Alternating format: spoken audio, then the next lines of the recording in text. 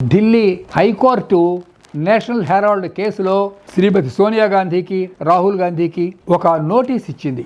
ఈ నోటీస్ యొక్క సారాంశం ఏమిటంటే, జవహర్లాల్ నెహ్రూ గారి కాలంలో నేషనల్ హెరాల్డ్ అనే పేరు కలిగినటువంటి ఒక ఇంగ్లీష్ పేపర్ ఉండేది. దీన్ని స్వాతంత్ర సమరయోధుల పత్రిక అంటారు. ఈ పత్రిక ఆ రోజుల్లో స్వాతంత్ర సమరయోధుల కోసం స్టార్ట్ చేయబడ్డది.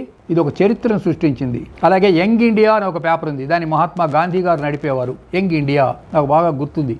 ఈ రెండు పేపర్లను కూడా తర్వాత కాలంలో వీళ్ళు అనగా మల్లికార్జున ఖర్గే, మోతీలాల్ ఓవరా, సోనియా గాంధీ, ఇందిరాగాంధీ, వీళ్ళు ఎవరైతే ఉన్నారో ఈ గాంధీ ఫ్యామిలీ వాళ్ళు ఈ పేపర్ను వాళ్ళు స్వాధీనం చేసుకొని దాన్ని తమ ప్రైవేట్ లిమిటెడ్ కంపెనీ కిందికి మార్చుకొని కొన్ని కోట్ల విలువైనటువంటి ఆస్తులు మొత్తం వాళ్ళు స్వాధీనం చేసుకున్నారు. అంటే స్వాతంత్ర సమరయోధుల రక్తాశ్రువులను నేషనల్ హెరాల్డ్ అనే పేరు కలిగినటువంటి ఈ పత్రిక యొక్క ఆస్తులను వీళ్ళు స్వాధీనం చేసుకున్నారు. మిత్రులారా, ఇందులో ఏమైనా న్యాయం ఉన్నదా చెప్పండి?